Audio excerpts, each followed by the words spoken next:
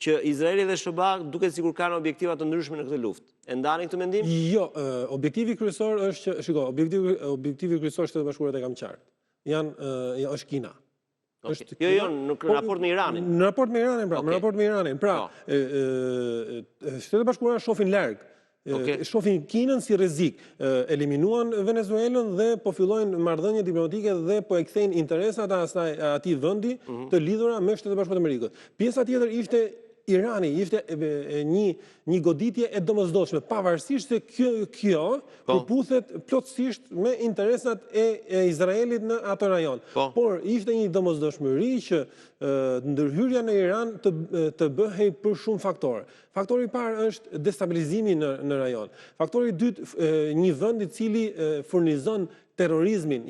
Kemi 4 grupe kryesore proxy të cilat funksionojnë atje që bëjnë gati 250.000-300.000 ushtar. Kemi Hezbollahun i cili është organizata më e madhe në botë jo qeveritare që disponon mbi 100.000 raketa balistike, predha dhe me rrezet shkurtër.